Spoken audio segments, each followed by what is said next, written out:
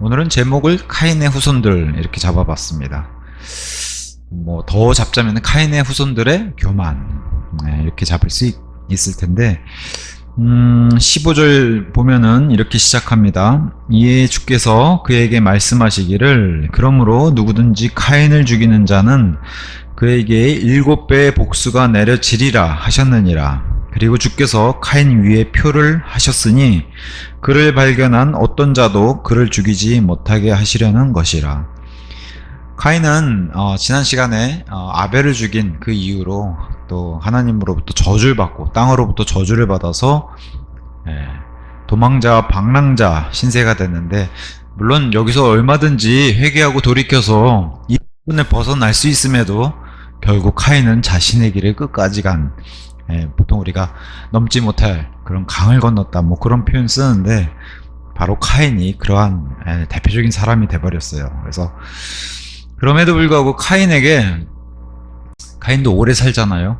이 노아의 홍수 심판 이전에는 사람이 거의 1000년 가까이 살았기 때문에 카인도 오래 살았을 텐데, 이 극악무독한, 어차피 보면은 뭐랄까요, 그 카인은 최초의 살인자, 참 이렇게 흉악한 이런 일을 한 사람에게도 하나님이 그 즉시 벌이나 이런 것을 내리지 않으시고, 여기서 그래서 지난 시간에 여기서도 하나님의 자비와 오래 참으심을 볼 수 있다, 이제 이렇게 이것이 또 우리에게도 은혜가 되는 그런 말씀이었고, 그래서 다시 한번 여기서 카인에게 이런 과도한 형량과 함께, 그래서 카인을 사람들이 죽이지 못하게, 결국에 이 카인의 범죄는 사람의 입술과 입술로 전달이 되면서 카인에게는 어쨌든 사람으로부터도 낙인 찍히는 그런 일이 될 텐데, 그런 것을 방지하고자 하나님이 하나님의 표를 주시는 거예요. 영어로는 마크라고 하는 하나님의 표를 주시는 게 이제 여기서 등장하는데, 이 표가 하나님의 또 오래 참으심, 특히나 이 가인에게도 하나님이 항상 끝까지 기회를 주시는 것을 우리가 성경 기록을 통해서 볼 수 있습니다. 그죠? 왜 저런 자에게 하나님 저런 자는 그냥 죽이셔도 됩니다. 요새 뭐 뉴스들 보면은 흉악한 그런 범죄들 이렇게 보면 댓글들이 전부 사형시켜라 다 그래요. 세상도 자기 기준에도 참 나쁜 짓을 한 게 보이니까. 근데 그런 사람들, 이제 사람 마음에도 저런 사람들은 죽어 마땅하지. 그러면은 하나님이 극도로 싫어하는 죄, 더군다나 아벨을 죽인 의로운 사람의 피를 흘리는 이런 살해한 이런 것들은 하나님 보시기엔 더 크실 텐데도 불구하고 하나님이 정말 오래 참으시는구나. 그러니까 이런 질문은 우리가 할 그런 뭐랄까요, 자격은 없죠. 왜냐면 우리 역시도 뭐 이런 직접적인 살해는 안 했어도 우리 역시도 사실 카인과 그렇게 별반 다르지 않는 그런 마음을 가졌기 때문에 사람이 악하잖아요. 죄인으로 태어난 사람이. 그래서 이런 질문은 우리도 던지기가 참 힘들죠. 왜 저런 사람에게 이런 질문. 카인을 향한 하나님이 오래 참으셨기 때문에 저와 여러분에게도 오래 참으시는 겁니다. 그래서 지난 시간에 죄를 지은 카인이 즉시 죽어야 하면 저와 여러분도 하나님의 자비를 얻기 전에 죽을 수밖에 없는 죄인들이라, 이렇게 이제 말씀을 드렸고, 이 말인즉슨 구원의 기회가 없는 거겠죠. 죄를 짓는 즉시 그냥 죽어나가면은. 그래서 자비는 마땅히 형벌, 그 형벌 가운데 가장 큰 형벌이 바로 지옥의 형벌이에요. 그렇게 형벌 받아야 하는 죄인을 면민으로 불쌍히 여기시고 용서하시는 것을 자비라 그래요. 우린 입술로 맨날 이런 고백을 하잖아요. 우리는 마땅히 죽어 마땅한 그런 죄인이라고 기도드릴 때도 이렇게 고백을 하는데, 실질적으로 우리가 그것을 정말 깊이 생각하고 그러한 삶을 살고 있는가는 한번 참 깊이 생각해 볼 만할 것 같습니다. 문득 그치, 나 같은 사람이 구원 안 받으면 누가 구원을 받을까, 이런 생각은 하지 않는지. 시간이 지나서 이제 나는 마땅히 구원받을 사람이 나 같은 사람이 구원받아야지. 아니에요. 저와 여러분은 죽어 마땅한 죄인이었던 거예요. 이걸 잊으면 안 됩니다. 그래서 히브리서에 너희가 받은 은혜는 대단히 큰 은혜다, 이것을 잊지 말라, 소홀히 여기지 말라, 그렇게 경고의 말씀을 주는 겁니다. 자, 오래 참으심, 하나님의 오래 참으시기 때문에 우리에게 기회가 있는 것이죠. 구원도 또 구원 이후에 많은 그런 보상의 기회도 오래 참으시기 때문에 있는 겁니다. 그래서 베드로후서 3장 15절 주의 오래 참으심이 구원인 줄로 간주하라 이런 말씀이 있는 겁니다. 또 하나는 우리가 구원받기 전에 오늘 오전에도 그랬죠. 구원받기 전에 마귀 들린 사람이 보세요. 마귀 들리면 마귀가 사람을 어디로 이끌고 가요? 불속이나 물속이나 항상 마귀는 어떻게 돼요? 죽이려고 애를 쓰잖아요. 근데 구원받기 전에 죽어버리면 하나님도 쟤 구원받을 사람이었는데 죽어버렸네? 받은 걸로 칠까? 안 돼요. 하나님의 법에는. 그러니까 하나님은 구원받을 사람이 나중에 구원받을 줄 알기 때문에 보호해 주셔야죠. 그래서 뭐가 필요한 거예요? 섬기는 영들이 필요한 거예요. 보호해 주려고. 그럼 나중에 우리는 많은 간증을 들을 수 있어요. 시간이 지나 보니까 이게 저절로 내가 이렇게 보호받은 게 아니구나. 구원 때까지 하나님이 보호해 주셨다는 것도 구원받은 사람은 다 알 수가 있어요. 은혜로. 그래서 구원받기 전에 죽을 수 없게 그렇게 하나님이 또 보호해 주시는 그런 거. 그래서 그런 섬기는 영들에 대해서 하나님이 기록해 주셨고, 이 섬기는 영들이 심지어는 하늘에서 천사들이 하나님의 아버지 얼굴을 항상 보고 있고, 이런 것들 마태복음 18장 10절에 기록해 주고 있고, 또 이 하나님의 면전 앞에서 있는 이 천사들, 섬기는 영들이 자신이 섬기는 죄인이 회개하면 하나님의 천사들의 면전에 즐거움이 있다. 자기가 섬기는 그 존재인 사람이 구원해서 하나님께 돌이키고 구원받으면은 이 섬기는 영들도 같이 기뻐하고 하나님 앞에서 같이 즐거움이 있다라고 누가복음 15장 10절에 기록해주고 있습니다. 살인자예요. 우리도 살인자하면 요새 그런 어플도 있잖아요. 우리 동네 성범죄자 아니면 우리 동네 흉악범 이런 이제 전과자들 이렇게 보는 어플도 있는데, 살인자란 낙인이 있음에도 하나님의 표로 보호해 주셨다는 거예요. 참 의미심장합니다. 더군다나 카인을 죽이려고 덤비면은 내가 7배로 복수하겠다. 그래서 이 당시 사는 사람들에게는 이런 것들이 다 알려지는 그런 상황이었는데 참 아이러니하죠. 살인자에게 이런 보호를 해주신다는 것 자체가. 근데 이게 저와 여러분도 죄인으로 태어나서 이 땅에서 카인 못지않은 그런 하나님을 대적하는 마음을 품는 그런 죄인들에게 동일하게 하나님이 기회를 주신다는 이런 거랑 연관이 좀 됩니다. 그래서 여기 이제 마크라고 하는 표, 하나님의 표랑은 또 이스라엘과 또 뗄래야 뗄 수 없는 관계가 있죠. 그래서 이스라엘은 항상 표를 받을 수 있는 준비를 해야 되기 때문에 심지어 율법에도 너희가 표를 받아야 하니까, 요새 젊은 사람들 그 이레즘이라고 하죠. 문신한 사람들이 많아요. 심지어 믿지 않는 사람들도 보기 안 좋다 그렇게 얘기할 정도로. 근데 이스라엘은 아예 율법으로 이걸 금지시켜놨어요. 문신 자체를. 그러니까 율법을 통해서 뭘 알 수 있냐? 하나님은 문신하는 것을 좋아하지 않으신다. 그래서 레위기 19장 28절에 이 문신에 대해서 성경이 이렇게 기록해주고 있습니다. 19장 28절에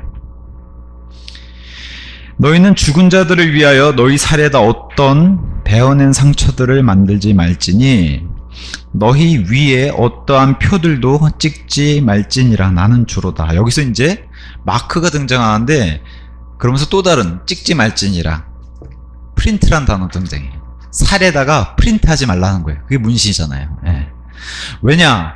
이스라엘은 나중에 하나님이 표시하는 표식을 받아야 되는 민족이기 때문에 하나님의 표시를 받기 전에는 이런 걸 찍지 말고. 그래서 에스겔서 같은 데 보면은 잉크통 찬 사람이 어떤 하나님의 표를 찍기 위해서, 점을 찍기 위해서, 표식을 하기 위해서 이렇게 잉크통을 짜고, 그래서 표를 받은 사람은 하나님이 벌을 주지 않고 나머지는 예루살렘 그 안에 있는 사람들을 멸하는 이런 기록이 등장하고 있고, 나중에 이제 계시록 가서 보면 하나님의 그 표, 인을 받은 그 14만 4천 명의 대표적인 유대인, 이스라엘 사람들이 등장하죠. 그래서 하나님의 표랑 관련이 있는 이스라엘 사람들이 등장하는데, 적그리스도도 이 표에 대해서 충분히 활용을 하죠. 하나님을 모방해서. 그래서 적그리스도도 자신의 표를 주는 이 짐승의 표를 자신의 사람들에게 찍는 이런 것을 보여주게 됩니다. 우리가 좀 생각해 봐야 될 것은, 하나님의 표와 짐승의 표를 이스라엘 사람들 안에서도 분열이 생겨서 받아요. 다 알다시피 성경 기록 안에 이스라엘조차도 마지막 시대에 예수님 오시기 직전에 이스라엘도 분열이 돼서 3분의 2는 적그리스도에 쏠리고 나머지 3분의 1은 하나님께로 돌이키는 이런 일들. 그러니까 이스라엘 안에서도 이런 분열이 일어나고 이방인도 마찬가지죠. 이방인 안에서도 이런 극심한 분열이 일어나고 그런 것을 이제 짐승의 표와 관련된 계시록 13장에서 잘 보여주고 있습니다. 자, 카인은 하나님의 이런 자비와 오래 참으심을 받아서 심지어 표까지 하나님이 보호를 받는 그런 표를 가졌음에도 불구하고 끝내 돌아올 수 없는 선택을 하죠. 어디로? 지옥으로 스스로 들어갑니다. 성경은 이것을 계속 카인의 길이라고 얘기해요. 카인이 갔던 길. 그래서 이 길로는 절대 가지 말라라고 계속 경고를 주고 있는 거죠, 성경이. 많은 죄인들이 범하는 실수가 바로 이런 거죠.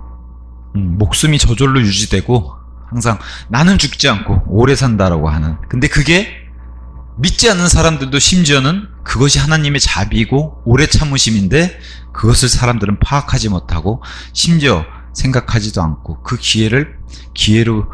기회조차도 모르죠. 기회인 것조차도. 예. 여기에 대표적인 사람이 카인이라는 거죠. 카인은 알면서도 그걸 다 걷어차게 되는 이런 호박을 걷어찼다 이런 표현도 우리는 쓰는데 그런 사람이 돼버렸고 심지어 밖에서 태어난 많은 죄인들은 그 기회조차도 기회인 줄도 모르고 살다가 스스로 선택해서 이제 지옥을 선택하게 된 그 카인의 길을 걷는다라고 얘기하는 겁니다. 자, 16절에 그리하여 카인이 주의 면전을 떠나 에덴의 동쪽에 있는 놋지역 가운데 거하였더라. 자, 주의 면전을 이렇게 스스로 떠나게 되는 이런 카인의 길을 더 구체적으로 보여주는데 이게 이제 지난 시간에 표현을 봤던 스스로 도망자와 방랑자의 길을 선택함을 반복하고 강조하는 것을 보여줍니다. 그래서 카인은 굉장히 좀 이렇게 이제 표현을 했습니다. 불안정하고 반항적이고 강한 기질을 가지고 있고 독단적이고 남의 말을 잘 듣지 않는 자, 아집이 강하고 지독하게 교만한 사람. 근데 카인만 그럴까요? 이 땅에 태어난 죄인들이 다 이렇다는 거예요. 자, 언제든지 돌이키면 하나님과 인격적인 만남을 할 수 있죠. 근데 하지 않았어요. 여기에 무관심했습니다. 이런 자를 유다서에서는 카인을 향해서 뭐라고 표현하냐? 배교자 이렇게 하는. 유다들 전체가 카인의 길, 카인도 이제 예를 들어서 하나님을 등지고 배반하는 배교자의 모습으로 계속 표현해주고 있어요. 하나님 낙원에 대해서도 무관심하죠. 카인은 좀 있다가 자신의 도시를 세웁니다. 이게 바로 자기 힘으로 할 수 있다는 걸 계속 하나님을 대적하면서 보여줘요. 그게 카인의 길이라고 얘기하는 겁니다. 자, 여기는 이제 에덴의 동쪽에 있는 놋. 물론 노아 홍수 이전에 지명이기 때문에 지금은 알아보기 힘든 어느 지역인지는 모르지만 어쨌든 에덴의 동쪽이니까 아마 바빌론 땅 훨씬 동쪽에 있는, 그래서 에덴의 동쪽에 있는 놋이라는 곳에 카인이 이제 물론 자기의 부모가 사는 아담과 이브보다도 더 동쪽으로 갈게 된 그런 상황을 보여주죠. 그래서 에덴 밖의 동쪽이라고 얘기하는 겁니다. 여기는. 그러니까 창세기 2장 8절 에덴 안에 동산을 세우고 거길 다스리게 하는 그 기록을 나왔을 때는 인 이든이라고 하는 단어를 써요. 에덴 안에 가든이라고 하는 동산을 지었기 때문에 여기는 오브 이든이라는 단어를 써요. 왜? 에덴 밖이기 때문에. 참고적으로 아시고. 17절에 그런 다음에 카인이 아내를 알았더라. 그러자 그녀가 임신하여 에녹을 낳았더라. 이후에 카인이 한 도시를 건설하였는데 그 도시의 이름을 그의 아들의 이름을 따서 에녹이라 불렀더라. 아담이 이브를 안 거랑 또 동일하죠. 카인이 아내를 알았더라. 지난 시간에도 잠깐 이제 언급했는데 여자는 어디서 나오냐? 훗날에 많은 그런 아담의 후손들이 많이 나오기 때문에 그 후손들 가운데 취한 여자, 그 한 여자가 바로 카인의 아내가 됐다라고. 왜냐하면 창세기 5장 4절에 이렇게 성경이 기록해주고 있기 때문에 그렇죠. 5장 4절. 그러고 나서 그가 셋을 낳은 뒤 아담의 날들이 800년이었으며 그가 아들들과 딸들을 낳았더라. 엄청나게 많은 아들들과 딸들, 그리고 그 아들들과 딸들이 또 아들들과 딸들을 낳아서 폭발적으로 인구가 폭발됐을 때 그 이후에 이제 카인이 아내를 얻은. 그러니까 이제 우리가 성경 그대로 믿으면은 다른 추측이나 상상할 필요 없죠. 그냥 성경 안에 있는 내용 가지고도 우리가 충분히 혼자 산 기간이 좀 있었음에도 불구하고 그 이후에 사람들이 불어날 때 아내를 취한 것. 물론 아내와의 나이 차이가 많이 날 수는 있겠죠. 그래서 카인은 셋째 아들인 그 셋이 태어난 뒤에 얼마 동안에 오랜 시간 동안 혼자 보낸 뒤에 이제 여자가 많이 생겨났을 때 그때 결혼했다 이렇게 믿으면 됩니다. 다음에 이제 카인이 아들 에녹을 낳고 도시를 건설하고 도시 이름도 에녹으로 불렀다 이렇게 이제 성경이 기록해주고 있는데, 자, 두 부류의 이제 후손들이 출발하게 됩니다. 하나는 카인의 후손들, 또 하나는 셋의 후손들. 제가 후회란 단어를 쓰려다 보니까 후회는 좋은 의미로 많이 썼더라고요, 성경이. 근데 그래서 오늘 카인의 후손들 그냥 children이라는 단어를 좀 부정적인 말로도 많이 썼기 때문에 오늘 후손이라고 제목을 잡은 겁니다. 그래서 카인의 후손이 이제 24절까지 등장하고 25절부터는 이제 셋의 후손들이 이제 등장하게 되는데, 길도 다르죠. 카인과 셋의 길은.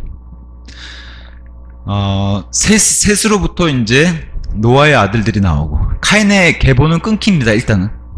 근데 이 카인의 계보 자체, 육신적인 계보는 끊기는데, 노아의 홍수 사건으로. 그렇다고 해서 카인의 길이 끊긴 건 아니라고 얘기해요. 다시, 함으로부터 다시 출발하죠. 그래서 카인의 길은 끊기지 않습니다. 셋으로부터. 비교적 카인보다는 경건한 사람이라고 구분되는 셋으로부터 거기서 셈, 함, 야벳이라고 하는 노아의 후손들이 나오고, 그죠? 그래서 카인의 길과 여기서 이제 셋의 길로 나누는데, 그래서 학자들은 이렇게 구분하기도 해요. 불경건한 사람과 경건한 사람으로 이제 구분하기도 합니다. 자, 이 카인으로부터 시작해서 노아의 홍수까지는 기간은 이제 1500년이나 걸리게 됩니다. 노아의 홍수는 그 창세기 6장부터 시작하게 되는데, 몇 장 안 되는 이 기록 안에 긴 기간이 들어가요, 생각보다. 근데 뭐 창세기 12장 말부터 13장이 구체적으로 이제 아브라함 얘기가 시작하는데, 13장부터 시작한 아브라함은 얼마나 많은 내용을 할애하셨어요. 마지막 창세기 마무리하는 요셉의 이야기까지. 근데 창세기 노아의 홍수 얘기는 1500년, 훨씬 더 긴 기간을 다뤘음에도 불구하고 기록한 양은 적다라는 거. 그러니까 어디를 더 중요시 보느냐가 이제 하나님의 그런 기록에, 하나님이 훨씬 아브라함의 이야기를 훨씬 더 중요하게 보고 계시구나. 이 노아의 홍수나 이 이전의 이야기보다 이제 그걸 우리가 알 수가 있죠. 자, 노아가 아니라 카인의 이제 하나님의 숫자를 나타내는 7. 그래서 그 완성수를 봤을 때 카인의 7번째 후손은 그 후손들을 통해서 보이는 하나님의 계시가 있는데, 라멕이라는 사람이 이제 등장하게 됩니다. 카인의 7번째 후손 라멕. 그래서 라멕은 성경의 이제 전체적인 상징대로 봤을 때 독보리에 속하는 사람, 죄의 사람, 죄악의 신비에 속한 사람, 이렇게 이제 보일 수 있어요. 왜? 라멕이 대표적으로 보이는 게 이때부터 아내들을 얻기 시작하는, 하나님의 질서를 파괴하기 시작하는 대표적인 인물이 라멕이에요. 질서 파괴. 근데 셋으로부터 시작한 7번째 사람은 우리가 잘 아는 에녹이라는 사람이 등장해요. 이 사람은 복음서에 나온 상징적인 표현으로 봤을 때는 그죠? 독보리에 반대되는 수확한 수확물인 밀에 속한 사람, 의의 사람, 하나님과 왕국과 믿음과 경건의 신비의 대표적인 사람. 이게 이제 창세기부터 이제 등장해서 하나님이 보여주신 계시, 7번째 사람이 이런 갈림길에 보여준 사람을 우리가 알 수가 있고, 다들 아시다시피 에녹은 하나님과 동행한 사람, 그리고 가장 먼저 휴거된 사람의 대표적인 예가 바로 에녹이죠. 안타깝게도 여기 카인은 하나님으로부터 돌이키지 않고 그 반대 방향으로 계속 세상과 죄와 육신, 마귀를 향해서 이렇게 걷다가 어떻게 돼요? 시작하자마자 최초의 도시를 지은 그런 사람으로 이제 기록해 주고 있는데, 자, 카인으로부터 도시가 지어졌어요. 여기 지금 아담 이후에 첫째 아들인 카인이 도시를 세웠다 그러니까 성경은 시작부터 진화론하고 그냥 바로 충돌해버리죠. 진화론부터 이렇게 서서히 진화된 게 아니라 아예 시작부터. 그래서 카인도 굉장히 똑똑한 사람이에요. 하나님이 이렇게 지적인 존재들로 다 창조하셨다는 걸 보여줘요. 우리보다 훨씬 똑똑한 사람들이에요. 이 카인과 같은 사람들이. 우리가 오히려 퇴화됐죠. 지식은 늘었을지 몰라도 지혜 면에서는 굉장히 퇴화됐죠. 지금 사람들이. 그래서 인간은 에덴에서 쫓겨나자마자 도시를 만들었어요. 그게 창세기에서 보여주는 겁니다. 그리고 인간은 처음부터 문명을 가지고 있었다고 얘기해요. 도시를 세운 카인을 통해서. 그래서 우리가 학교에서 배우는 무슨 뭐 구석기, 신석기, 그 다음에 뭐 청동기, 철기 시대, 이건 사실 성경으로도 나눌 수가 없어요. 왜? 카인 시대부터 철기 시대가 시작했기 때문에. 그쵸? 그러니까 이런 것들은 무의미하다는 걸 성경 스스로가 보여줍니다. 좀 전에 제가 말씀드렸다시피 인간을 하나님이 지적인 존재, 처음부터 지적인 존재를 창조했기 때문에 그래요. 그러니까 뭐 유인원이 있고 원시인이 있고 이런 거는 정말 오히려 세상의 사람들의 망상 속에서 탄생한 것이지 성경은 그렇게 얘기하지 않습니다. 자, 카인이 지은 도시, 카인과 그 후손들은 도시를 시작으로 해서 이 세상을 더 살기 좋은 곳, 지금의 표현으로 따지면 유토피안을 만들려고 시작한 게 바로 카인의 도시예요. 그리고 카인이 그걸 시작했던 사람이고, 이 모습은 지금도 고스란히 지금도 유지되고 있어요. 어떻게든 사람이 살기 좋은 곳으로 만들려고 하는 이런 뭐랄까요, 사람 눈엔 좋아 보이지만 결론적으로 보면 하나님을 대적하는 거예요. 하나님 없이 사람이 좋은 곳으로 만들려고 하기 때문에 여기다 모든 열정을 쏟았다는 거예요. 카인이 이 도시를 지은, 도시의 쉽게 말해 이 왕국의 왕이기 때문에. 그래서 사람들은 그를 흠모했을 것이고, 이때부터 사람들은 어떻게 해요? 하나님을 지우고, 요새 표현으로는 하나님 배제하고 더 편안하게, 더 잘 먹고 잘 사는 방향으로 악한 것들을 창안하는 자들이 되었다. 그게 이제 카인부터 보여주는 겁니다. 그래서 하나님을 대적하는 것을 계속 만들어내는, 종교부터 시작해서. 이와 반면에 우리 예수님이 지으실 도시, 그게 이제 성경의 이제 마지막 새 예루살렘, 아니면 이스라엘 안에, 이스라엘의 진짜 예수님이 지상재림에서 다스릴 예루살렘, 땅의 예루살렘, 이런 거랑 대비해 보면은 완전히 상반된 그런 도시의 모습들을 가지고 있죠. 특히나 새 예루살렘은 그 안을 채우는 도시, 그 안을 채우는 교회, 이걸 다 예수님이 지으신다 그랬잖아요. 우리도 하나님의 영적인 건물이고, 빌딩이란 단어를 쓰죠. 여기 지금 카인도 자신이 지은, 빌드한 도시라고 성경이 기록해주고 있고, 예수님이 빌드한 교회라고 기록해주고 있고, 상반된 그 차이를 보여줍니다. 자, 여기서 카인이 먼저 쓴 좋은 이름이긴 해요. 에녹. 셋의 일곱 번째 사람 에녹, 하나님께 동행하고 하나님과 동행하고 휴거된 에녹과 동일한 이름. 근데 먼저는 카인이 먼저 이 이름을 카인의 아들에게 썼다는 거예요. 처음으로 세운 그런 뜻이고, 헌신된, 또 봉헌된, 건축물을 완성하여 끝낸 등의 뜻을 가진 그런 좋은 뜻의 이름의 에녹이라는 이름을 카인이 짓고, 그 아들의 이름을 고스란히 도시에다가 입혔어요. 에녹이라는 이름을. 근데 카인이 보여주는 결과물은 이거죠. 하나님을 지우고, 카인도 그랬고, 자신들의 손으로 낙원을 만들어 보려고 했다는 것이에요.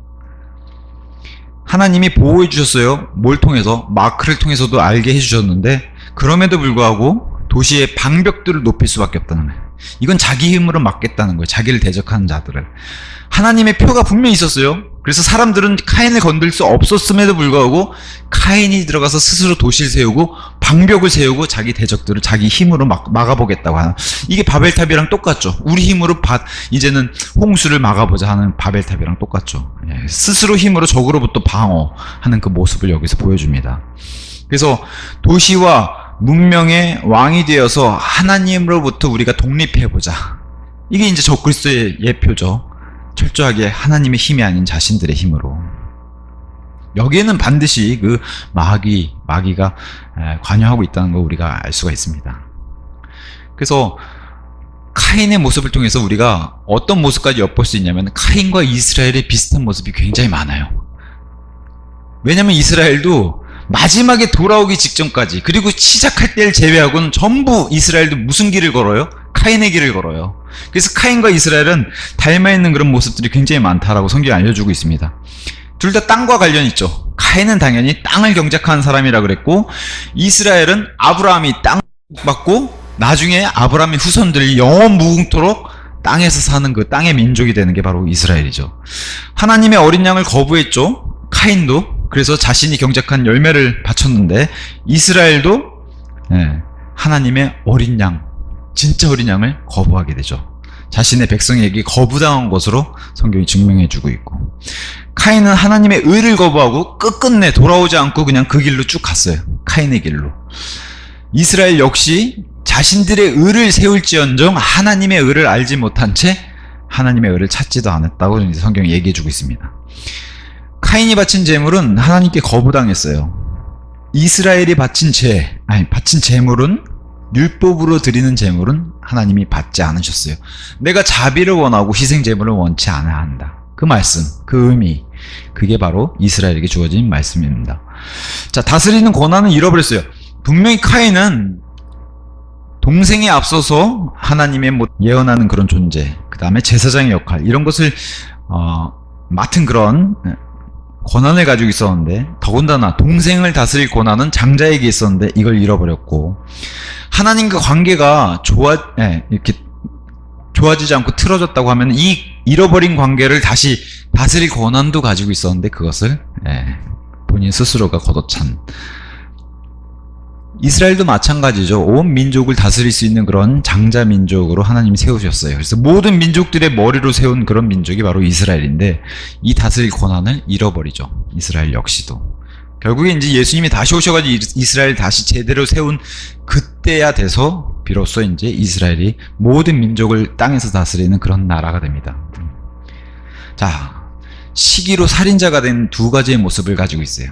카인도 이스라엘도.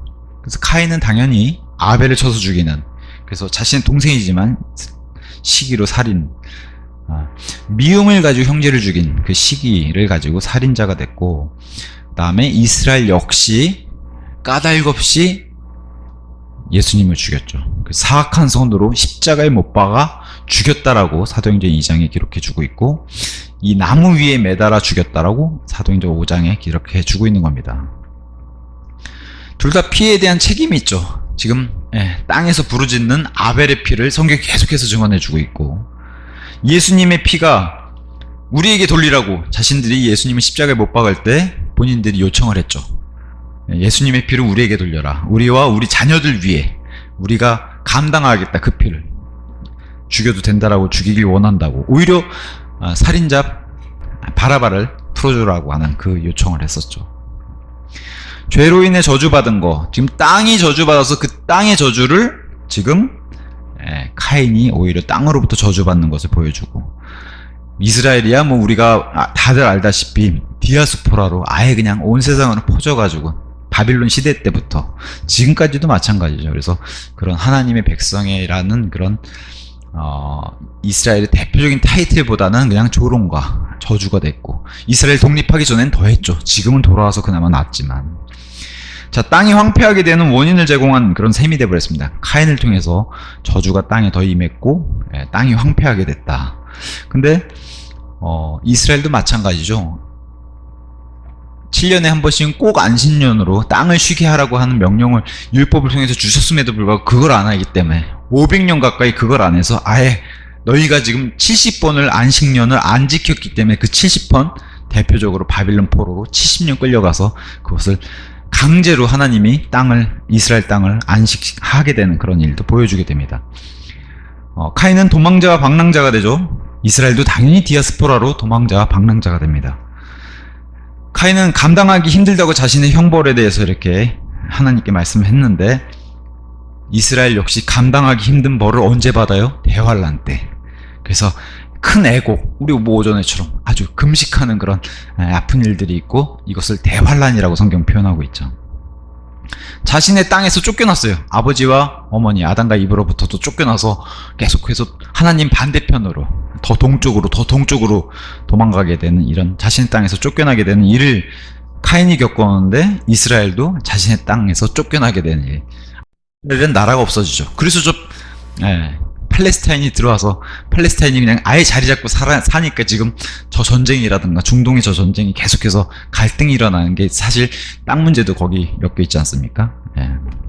자, 하나님께서 스스로 얼굴을 숨기셨다. 카인으로부터도 숨기셨는데, 뭐 이스라엘은 대표적으로 이스라엘의 이 불순종과 또 우상 숭배로 인해서 하나님의 얼굴을 숨기시고, 하나님의 얼굴을 숨기시면 아무래도 저주와 화가 임하는 것을 성경이 보여주고 있습니다. 카인이 하나님으로부터 저주 이런 걸 받으니까 모든 사람이 자기를 대적한다고 두려워하죠. 그래서 표를 받게 되는데 이스라엘도 마찬가지로 모든 민족이 이스라엘을 대적하는 그런 벌을 받게 됩니다. 하나님 불순종한 것으로 인해서. 지금도 보세요. 이스라엘을 미워하는 나라가 얼마나 많은지. 근데 이 세상의 끝으로 달려갈수록 모든 민족이 다 이스라엘을 미워한다는 거예요. 그것의 대표적인 전쟁이 아마겟돈입니다. 이스라엘을 죽여야겠다. 저것만 없으면 사람들 생각에 이스라엘만 없어지면 예수님이 재림 안 하실 거고 성경 말씀이 깨지니까 이게 마귀의 생각이죠. 그래서 지금도 동쪽에 예수님 오지 말라고 거기 문을 아예 그냥 봉인해 버렸잖아요. 그렇다고 못 오실 분이 아닌데 그런 식으로라도 표식을 보이잖아요. 본인들이 막아놓고. 자, 하나님의 표시를 받았어요. 카인은 표를 받았어요. 이스라엘도 역시 이 땅에서 하나님이 보호받는 그런 표시를 하나님이 하셨다라고 성경이 얘기하고 있습니다. 카인과 이스라엘 죽이는 자는 하나님이 벌을 내리시겠다는데 그 말씀 그대로 지키시죠. 그래서 창세기에는 카인을 죽인 자는 7배 복수하겠다. 그 다음에 아브라함과 그 이스라엘 후손에 대한 약속을 하죠. 너를 복주는 자는 내가 복을 줄 것이고 너를 저주한 자는 내가 영원토록 저주하겠다. 이게 어디까지 가요? 마태복음 25장에 가서 보시면 양과 염소 심판까지 갑니다. 아브라함과 한 약속이 영원 무궁토록 간다는 걸 보여줘요. 그래서 우리는 이스라엘 편에 손을 들죠. 저 이스라엘이 미워도 하나님의 백성이고 이스라엘 위해서 기도해야 되고. 자, 카인은 도시를 세웠고 이스라엘은 땅이 예루살렘을 세우게 되고 동시에 이제 하늘의 예루살렘 그것까지 이제 예표하고 있습니다. 카인과 이스라엘이 이렇게 비슷한 모습들이 많음에도 불구하고 우리에게 은혜되는 것은 끝에 가서 길이 달라진다는 거예요. 카인은 그대로 멸망의 길로 돌아가고 이스라엘은요 극적으로 구원받는 일이 일어나는데 여기서 뭐가 보여줘요? 하나님은 자신의 백성을 끝까지 포기하지 않으신다. 여기서 은혜가 되죠. 물론 카인에게도 이 기회는 똑같이 줬지만 카인은 그 길을 가기를 원했고 이스라엘은 돌이켰죠. 마지막에 돌이키죠. 그래서 하나님이 자신의 백성 끝까지 포기하지 않으신다. 이게 이제 저와 여러분도 동일하잖아요. 우리도 끝까지 포기하지 않는 여기에 이제 은혜가 있죠. 자, 18절에 그러고 나서 에녹에게 이랏이 태어났더라. 그리고 이랏은 무야엘을 낳았고 무야엘은 무드사엘을 낳았으며 무드사엘은 라멕을 낳았더라. 자, 카인의 후손들의 이름에 하나님의 이름이라고 하는 이스라엘 이런 엘 있잖아요. 단위 엘. 하나님의 이름인 엘로 끝난다는 것을 우리는 발견할 수 있어요. 근데 이것은 뭐랄까요? 형식적인 것에 불과하다. 이렇게 이제 얘기할 수 있습니다. 예를 들면 뭐 오늘날 바울이라고 하는 영어 이름 폴이라고 하는 사람들이 얼마나 많아요. 근데 그게 정말 예수님의 위대한 사도를 따라서 너는 이 위대한 사도의 폴의 인생을 살아라고 그 폴의 이름을 지어준 사람이 몇이나 될까 좀 생각을 합니다. 그러니까 이런 걸 통해서 그냥 형식적인 이름으로 좀 하나님의 엘이라는 이름을 많이 붙였겠구나. 그 시대조차도. 그 예로 이랏이라고 하는 여기 이름이 등장하는데 이랏의 뜻은 도망자, 또 카인이 세운 도시, 그 도시의 증인, 또 난폭한 나귀 이런 뜻을 가지고 있어요. 그래서 이런 것을 통해서 이름을 통해서 하나님을 대적하는 이런 방향으로 갔구나. 또 카인의 후손들의 그런 것을 예표하고 있구나. 이런 걸 잘 볼 수 있습니다. 그 다음에 이제 무후야헬이라고 하는 사람이 등장하는데 하나님께 벌받다. 야가 여호와를 뜻하는 야예요. 그래서 여호와가 하나님이심을 잊어버리다. 이름 뜻이 이렇습니다. 여호와가 하나님이심을 잊어버리다. 사람의 이 이름의 뜻이 이렇게 돼요. 그래서 이 카인의 후손들이 얼마나 그 이름을 통해서 하나님을 대적했는가를 계속 보여주게 됩니다. 그 이후에 이제 무드사엘이라는 사람이 등장하는데 하나님께 속한 자 그들을 찾다가 죽었다라고 했는데 무드사엘이라는 이름 통해서 답을 찾으려고 했지만 결국엔 올바른 답을 찾지 못하고 이렇게 사라진 것으로 이렇게 성경이 알려주고 있고, 그 다음에 이제 마지막 7번째 사람 라멕. 예, 강력한 정복자, 거친 사람. 7번째 사람. 이 사람이 보여준 열매가 바로 19절에 그런데 라멕은 2명의 아내들을 자신에게 취하였더라. 한 명의 이름은 아다였고 다른 이의 이름은 질라였더라. 사람들이 깜짝 놀라죠. 강력한 정복자가 등장해서 자신들을 통치하는 라멕이라는 사람이 등장하는데 아내를 2명을 취하기 시작하니까 저래도 되나 보다. 통치자가 시작하면은 그걸 따르는 사람도 반드시 이런 모습까지 다 따르게 돼요. 하나님이 원치 않은 일인데 2명의 여인. 아담에겐 이브만 존재했을 그 필요가 있는데 여기서 이제 2 아내를. 그래서 아다란 이름은 장식용이란 뜻이 돼요. 보기 좋다는 거예요. 여기서 뭐가 드러나냐? 안목의 정욕. 자, 질라란 이름은 유혹하는 여인이라는 뜻을 가지고 있어요. 여기서 뭐가 등장하냐? 육신의 정욕. 그 다음에 이제 22절에 가면 나아마라는 여자가 등장하는데 쾌락과 관련 있는 즐거움, 사랑스러움 이런 뜻이거든요. 여기서 인생의 자랑을 암시해요. 3명의 여인이 여기 창세기에 카인의 후손들에게 등장하는데 안목의 정욕, 보기 좋고 유혹하는 육신의 정욕과 인생의 자랑인 이 3명의 여인이 암시하는 그런 일로 이제 등장하게 됩니다. 자, 20절에 그리하여 아다는 야발을 낳았더라. 그는 천막들에 거하는 자들, 그 다음에 가축들을 보유하는 자들의 조상이 되었더라. 천막들에 거하는 자들, 우리의 삶, 인간들의 삶, 그 다음에 생활 방식을 창안하는 자, 선생이란 뜻입니다.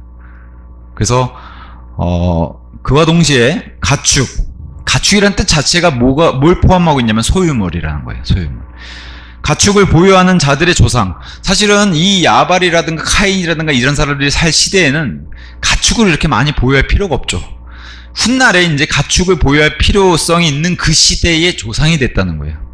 이해하시겠죠? 이 당시에는 사실 육식을 했던 시대가 아니지만 그 이전에 나중에 훗날 이런 육식을 하고 이런 가축, 이런 것이 재산, 이런 걸로 펼쳐질 그런 시대의 조상이 됐다는 뜻. 그래서 훗날 고기를 먹는 시대의 조상. 이것은 뭘 암시하고 있냐면 시장의 독점을 암시해요. 시장에, 우리가 경제, 그 체제의 시장의 독점, 이것을 하는 조상이 된 사람이 바로 야발. 그러니까 카인에게서 지금 안 좋은 것들이 다 튀어나오는 거예요. 21절에 가서 보면 유발이라는 사람이 등장합니다. 그리고 그의 형제의 이름은 유발이었으니 그는 하프와 오르간을 다루는 모든 자들의 조상이 되었다.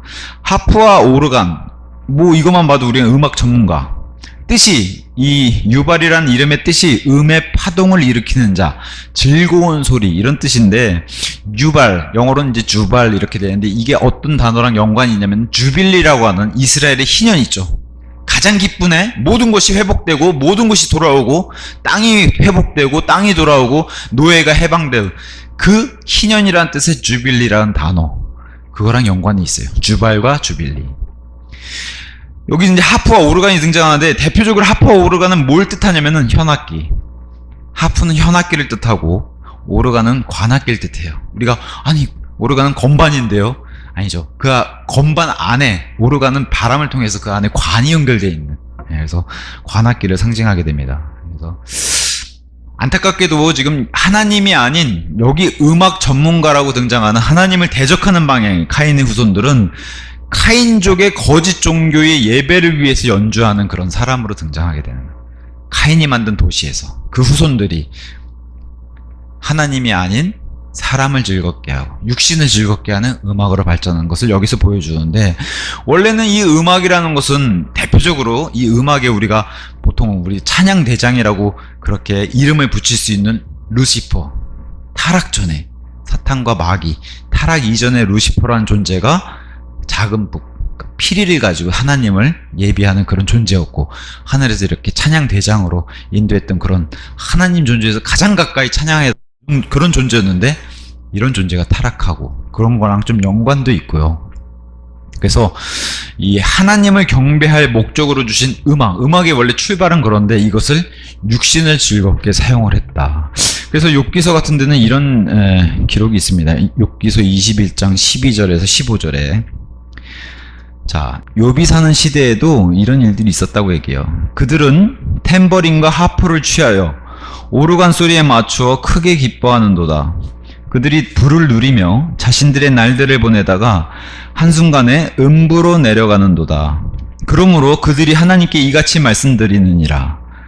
저희에게서 떠나소서. 이는 저희가 당신의 길들을 아는 것을 희망하지 않기 때문이니이다. 전능하신 분이 무엇이기에 저희가 그분을 섬겨야 하니까? 또 만일 저희가 그분께 기도한다면 저희가 무슨 유익을 얻겠나이까? 이게 이 세상의 사람들이죠. 먹고 마시고 노래 부르고 흥청망청. 근데 하나님은 찾지 않고, 우리가 하나님 찾아서 무슨 유익이 있고 왜 섬겨야 되는지 모르고, 이런 얘기를 욥시대에도 이렇게 했다는 거.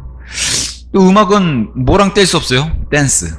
그죠? 춤과 뗄래야 뗄 수 없는데, 출애굽기 32장 가면은 모세가 시내산으로 40일 동안 금식하면서 하나님께 두 돌판 말씀을 받기 위해 올라간 사이에 금송아지를 만들어서 그 앞에서 홀딱 벗고 춤추는, 이게 바로 육신을 기쁘게 하는 그런 음악과 뗄래야 뗄 수 없는 그런 춤이 거기서 등장하는데, 그래서 음악은 이 카인의 시대도 그랬지만 이스라엘이 탄생하고 이스라엘 이후에 이제 왕국의 시대가 끝나면서 역사의 하강곡선에서 음악은 다시 타락의 길로 간다고 아모스 6장 5절이 이렇게 얘기하고 있습니다. 제가 읽어드릴게요. 아모스 6장 5절.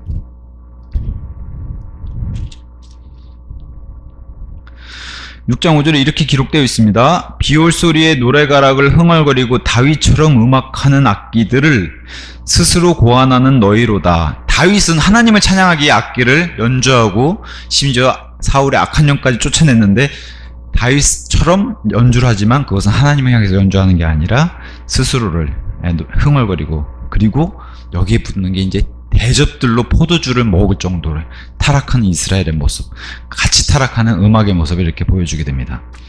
나중에 특히나 바빌론 포로 시대에 하나님이 보여주신 모습은 네부카드네자르 왕, 그가 만든 이 엄청난 크기의 형상을 만들면서 여기에 경배하기 위해서 다니엘서 3장에 엄청난 악단이 등장해서 연주를 해요. 형상과 네부카드네자르의 왕을 위해서, 그러니까 하나님을 위해서 하는 연주가 아닌 왕. 이것은 뭐의 예표가 돼요? 적그리스도의 예표가 돼요. 훗날 적그리스도를 찬양하는, 이런 데 쓰인다는 거예요, 음악이. 우리가 지금 세상에서 나오는 모든 장르의 음악이 뭐예요? 하나님 위해서 쓰이는 장르가 아니잖아요. 그 장르 모두가 다 세상을 위해서 이렇게 쓰이는 그런 음악의 모습을 보여주게 됩니다. 특히나 기독교를 닮아 있다고 하는 로마 카톨릭, 중세시대 로마 카톨릭 그레고리안송 이런 거 들어보면 무슨 울리는 그 성당 안에서의 녹음한 거, 남자의 목소리를 해서 이렇게 하는 거 있잖아요, 음악. 그레고리안송. 수도권의 수도승들이 부르는, 그들의 표현으로는 장엄하고 거룩하다고 부르지만 어떤 학자들은 이렇게 썼어요. 음침한 분위기 종교음악. 음침한 분위기. 이렇게 이제 표현했어요. 장엄하다고 그들은 표현하지만, 그렇게 주장하지만, 음침한 분위기에 가증스러운 종교음악. 이렇게 해놨어요. 들으면 기쁨이 없어지는. 이렇게까지 표현했어요. 하나님을 찬양한다고 그들은 찬양하지만, 전혀 하나님을 찬양하지 않는 그런 것으로 들린다 그러고. 근데, 분명한 것은 나중에 예수님이 재림하시고, 하나님께 경배드리기 위한 올바른 찬송과 찬양, 그리고 심지어 춤까지도 회복된다고 성경은 얘기해요. 그래서 우리가 다 알다시피 다윗은 하나님의 성전을 준비하고 솔로몬에게 짓게 하는 그런 모든 것들을 만들면서, 심지어 레위 지파가 성막을 위에서 섬기는 그 레위 지파의 그 계열들이 이 일이 없어지니까 그 레위 지파를 어떻게 돌려요? 악기를 연주하고 곡을 만드는 그런 챔버, 악단을 만드는 그런 걸로 챔버를 구성하게 되는 거 성경이 보여주고 있습니다. 우리가 다 알다시피 다윗은 하나님의 그 언약궤가 이스라엘 예루살렘 안으로 들어왔을 때 굉장히 기뻐서 춤을 췄죠. 그래서 그 춤추는 일 때문에 많은 사람들이 교회에서 율동하면 다 다윗처럼 춤춘다 그러는데, 그거는 좀 뭐랄까 말이 앞뒤가 안 맞는 것 같고, 어쨌든 근데 이 언약궤가 들어왔을 때 분명한 것은 다윗이 너무 기뻤다는 거예요. 그래서 사무엘기하 6장 14절에 이걸 이렇게 기록해 주고 있습니다. 언약궤가 13절에 그런 다음에 이와 같은 일이 있었으니 주의 법궤를 든 자들이 6걸음의 보폭만큼 갔을 때 그가 소들과 살찐 것들을 희생제물로 바쳤더라. 그러면서 다윗이 주 앞에서 자신의 있는 힘을 다해 춤을 추었더라. 있는 힘을 다해 최선을 다해서 너무 기뻐서 춤을 추었더라. 그리고 다윗에게는 한 아마포 에봇이 들려져 있었더라. 그래서 아마 춤추기에 이렇게 있는 힘껏 다해서 춤도 추고 이와 함께 뭐가 있었겠어요? 음악이 있었겠죠. 그래서 다윗은 기쁘게 하나님께 춤을 췄다. 그래서 나중에 모든 것이 회복되는, 특히나 우리가 시편 자체가 다 하나님의 찬송 아닙니까? 그래서 시편 맨 마지막 150편, 시편은 150편으로 끝나는데 그 150편 마지막 시편에 뭘로 기록되어 있냐면, 이게 이제 하나님을 경배드리기 위해서 오로지 그 올바른 목적으로 쓰인 음악, 춤, 여기서 다 등장해요. 이게 다 회복될 거라는 거예요. 언제? 예수님 재림하시면, 이 땅에 예수님이 다스리시면 모든 게 회복할 텐데, 그게 시편 150편에 잘 나타내요. 150편 1절에 이렇게 얘기해요. 너희는 주를 찬송하라. 그분의 성소 안에서 하나님을 찬송하라. 그분의 권능의 궁창 안에서 그분을 찬송하라. 2절, 그분의 막강한 행적들로 인하여 그분을 찬송하라. 그분의 탁월한 위대하심에 따라 그분을 찬송하라. 3절, 나팔 소리로 그분을 찬송하라. 솔터리와 하프로 그분을 찬송하라. 4절, 탬버린을 치고 춤추며. 그러니까 하나님을 위해서 춤추는 게, 우리는 춤추면 무조건, 특히 독립춘회교는 난리 납니다. 그죠? 우리 유치부 아이들이 나와서 율동하는 건 귀엽게 봐줄 수 있지만, 성인이 그런 거 하면 우리는 난리 날 거예요. 그런 걸 좀 자제하는 편이죠, 우리 독립춘회교회는. 그럼에도 불구하고 하나님을 향해서 춤추는 때가 있다는 거예요. 탬버린을 치고 춤추며.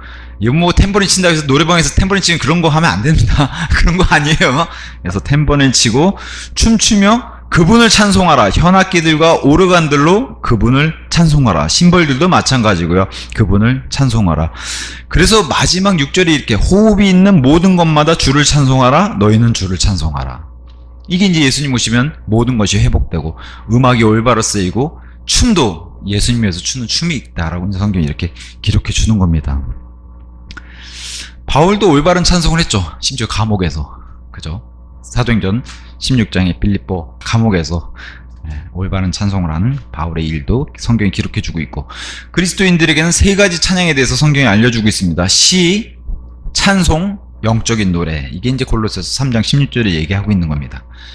이런 모든 것이 회복될 때가 있는데, 아직은 그때가 안 됐기 때문에 모든 것이 지금은 육신과 사람을 기쁘게 하고, 아니면 심지어 마귀를 기쁘게 하는 그런 노래와 춤이 만연하다는 거예요, 세상에. 자, 22절에, 그리고 질라 그녀의 씨 투발가인을 낳았는데 놋과 철을 다루는 모든 장인들을 저마다 가르치는 자였으며 투발가인의 누이는 나아마였더라. 나아마에 대해서는 아까 얘기를 드렸고, 여기서 이제 투발가인이라는 이름이 등장합니다. 투발카인, 뒤에 카인이 붙잖아요. 카인, 그게 뭐예요? 자기의 조상인 카인을 얘기해요. 그래서 카인의 이름 뜻은 철이랑 관련이 있어요. 철, 쇠, 이런 거랑 관련이 있어요, 카인이. 그래서 놋과 철, 여기도 놋과 철을 관련돼 있는 장인, 이 장인들이 가르치는 선생이 조상이 되었다고 얘기하잖아요. 그래서 땅과 세상을 위한 대장장이, 이거 좋은 거예요. 사실 사람 편에서는 이런 좋은 것들 연마해가지고 사람을 윤택하게 편리하게 세상을 만드는, 그래서 유토피아를 꿈꾸는 이런데 아주 많은 그런 셈이 돼버리는데, 그럼에도 불구하고 하나님은 배제된, 이게 이제 중요하죠. 하나님은 배제된 채. 그래서 이런 것들이 발전하니까 뭐예요? 무기들을 만들어내잖아요. 특히나 다윗과 대결했던 골리앗 같은 사람, 거기서 등장하는 강력한 무거운 쇠, 철, 이런 게 등장하는데, 나중에 이 모든 것들을 처리하는 가장 강력한 아이언맨이 등장하죠. 우리 요즘 표현으로 아이언맨, 그게 누구예요? 예수님. 그죠? 철장 권세라고 하는 말, 거기서 등장, 철장으로 다스리는, 그게 바로 아이언이에요. 아이언, 쇠, 철로 다스리시는 그런 분. 근데 여기서는 지금 하나님을 배제한 채 놋과 쇠를, 철에 관련돼 있는 이런 것들 가르치는 선생이 되었다. 근데 참 묘하게도 창세기 6장에 가서 보면은 방주를 만드는데 거기에 이런 놋과 철이라는 단어가 등장하지 않아요. 희한하게. 방주를 만드는데 필요할 것 같은데도, 그죠? 못질하고 이런 거 필요할 것 같은데도 놋과 철이 전혀 등장하지 않고 나무 얘기만 잔뜩 하다가 끝나요. 나무랑 역청 발언 얘기, 그거만 하다 끝납니다. 그 다음에 이제 여기 3명 등장했죠. 야발, 유발, 투발, 카인.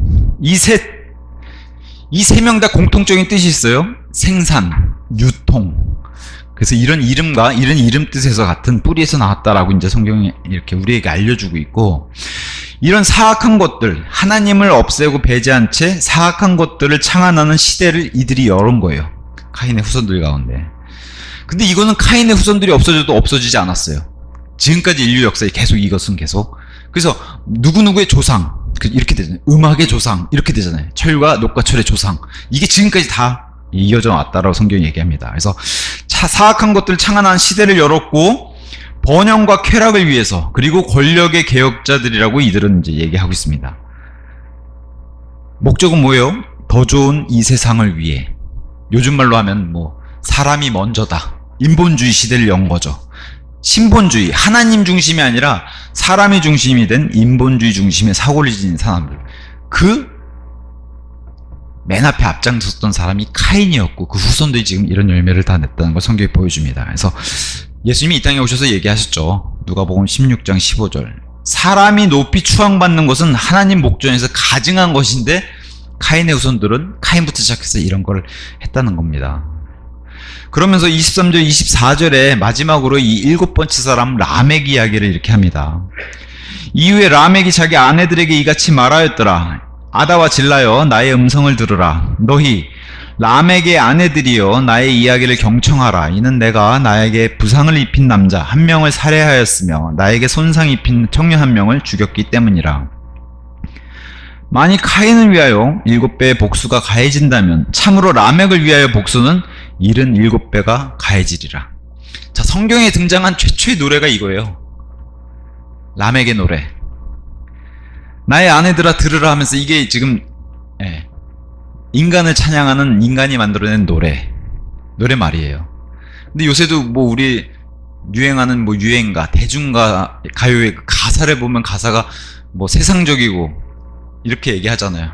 라멕의 가사를 보면 살해 얘기가 나와요. 노래 가사 말에. 그죠? 그리고 자신의 교만을 드러내는, 카인이 만약에 7배 복수를 당한다면 카인을 죽인 자, 나를 죽이면 77배의 복수를 당할 것이다. 이게 지금 노래 가사말이에요. 그래서 여기서 지금 라멕이 강하게 드러낸 강조하는 게 있죠. 자신의 아내들에게 나의 음성을 들으라. 아담이 한번 실패한 게 가장 뼈아픈 과거가 있는 게 뭐냐면, 이브의 말에 경청했던 거. 그 성경이 얘기해 주는 게, 이브의 말에 경청한 아담의 실수를 반복하지 않겠다. 가사까지 집어넣으면서, 노랫말 가사에 나의 말을 들으라. 이런 가부장적인 남편들은 요즘 같은 시대는 아내들이 엄청나게 싫어할 텐데, 라멕 같은 남편이 있다면, 저런 남편, 요새 이런 남편이랑 살기 힘들겠죠. 자, 그 다음에 이제, 좀 전에 제가 말씀드렸다시피 성경에 등장한 인류 최초의 시와 노래, 그 가사에 살해라는 단어가 들어갔다는 거. 살해라는 단어. 카인의 7배 복수, 이거랑 비교도 안 되게 라멕은 77배 복수를 여기다 기록해 줬다는 거. 그러면서 이제 강조하는 게 바로 죄인의 독립, 하나님으로부터 어떻게든 독립하겠다는 뜻을 담았고, 나의 능력을 한껏 올렸고, 복수심을 찬양하는 우리 칼춤 춘다 그러죠. 칼의 노래로 알려져 있어요. 라멕의 노래는. 자, 그러면서 권력에 취한 교만한 태도를 보여주고, 그 다음에 위협적인 모습, 그 다음에 오만한 불경건함. 그래서 이 노래를 통해서 우린 이걸 살펴볼 수 있죠. 라멕의 인격이 어떠한지, 그 다음에 당시 영적 상태가 어떠한지를 이 노래만의 가사, 이 시에 담겨 있다. 이렇게 이제 학자들은 얘기합니다. 그래서 마지막에 이런 결론에 도달해요. 죄인이 하나님 면전에 도전장을 던졌다. 물론 이게 어디 가서 절정을 이뤄요. 노아 홍수로도 한번 심판했는데 여기서도 끝나지 않았죠. 바벨탑에 가서 또 이런 문제가 또 다시 발생을 하게 되죠. 지금도 마찬가지고요, 이 모습들은. 자, 그러면서 이제 오늘 카인의 후손들을 살펴봤는데, 도망자와 방랑자의 이 카인의 모습과 그 후손들의 교만까지도 우리는 살펴봤습니다. 그들은 부유했어요. 아담과 이브보다, 그 다음에 셋의 후손들보다 훨씬 더 부유했어요. 물질은 풍족했어요. 이 당시에 놋과 철, 음악, 그 다음에 가축한 자의 조상, 천막한 모든 자들의 조상, 그죠? 이 모든 경제활동과 이런 것들을 다 쥐고 있는 그런 자들의 조상이 됐어요. 여기서부터 이 사람들은 뭘 만들어냈냐? 조직화된 도시. 그 삶도 만들어냈고 자기들도 누렸어요. 라멕을 통해서 보여준 건 뭐예요? 강력한 중앙 통제. 그죠? 아내도 통제하고 자신의 치리를 받는 도시민들도 통제하고 있고, 그러면서도 인간들에게 더 좋은 삶을 제공하는 유토피아를 만들기 위해서 경제적인 문제들을 이 강력한 중앙 통제를 하면서 처리하고, 그러면서도 사람들을 즐겁게 해주는 예술 문화도 같이 시작을 한 거예요. 예술 문화도 같이. 그러니까 카인의 시대에 이미 뭐가 있었어요? 예술과 문화의 세련된 그런 예술과 문화가 이 시대부터 있었어요. 그게 지금에 와서 절정을 치는 게 아니라 벌써 이 시작부터 이게 있었다라고 얘기하는 겁니다. 그리고 새롭고 개방적인 도덕성. 요새 말로 따지면 이게 이제 뉴 월드 오더죠. 새로운 질서 체계를. 하나님이 아닌 하나님을 없애고 그 자리에 인간인들이 채우는 새롭고 개방적인 도덕성과 새로운 질서 체계를 잡았죠. 그래서 혼자서도 우리 힘으로도 다 가능하다. 방벽을 세우고 그 다음에 그 능력들을 과시하는 무기들을 가졌죠. 이게 이제 카인의 후손들이 보여준. 마지막 결론 이렇게 내겠습니다. 도망자와 방랑자인 카인과 그의 후손들이 보여준 모습은 그들에게는 하나님이 필요 없었다. 이렇게 결론을 짓죠. 카인과 카인의 후손들의 모습은 그들에게는 하나님이 필요 없었다. 오늘은 여기까지 하고 마치겠습니다.